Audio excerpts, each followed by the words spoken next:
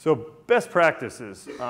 First best practice is you want to have a solution that enables you to expose all of your inventory to programmatic.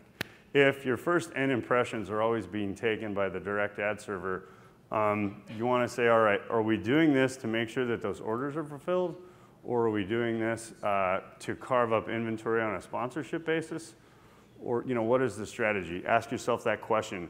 Would my impressions be worth an additional amount if I exposed all the impressions to programmatic and activated that as a sales channel?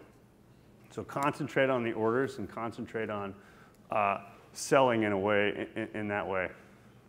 So the first one is kind of interesting, right? It's a yield maximization strategy, but not necessarily a strategy for when you have your direct sales team guaranteeing impressions for a reserve buy. Yeah. And how do you kind of balance that? Yeah, it's interesting. I mean, so I would actually take issue with the yield maximization piece. I mean, I think Neal's perspective is that he's providing us a service that maximizes our yield. We don't really look at it that way. I mean, from our perspective, we're in the business of fulfilling our clients' needs, right, ultimately.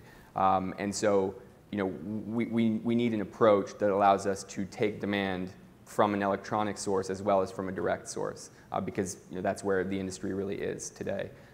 In terms of the exposure of all the inventory, I think the key point is that because we control those attributes, we can control programmatic exactly the same way as we control direct from that perspective, right? It just allows us to, again, if you think about a traditional ad server scenario, you might have 3 direct campaigns and you happen to have oversold something for a month, right? That's probably a situation we've all been in at some point, and at some point you make a decision as to what's going to serve, right?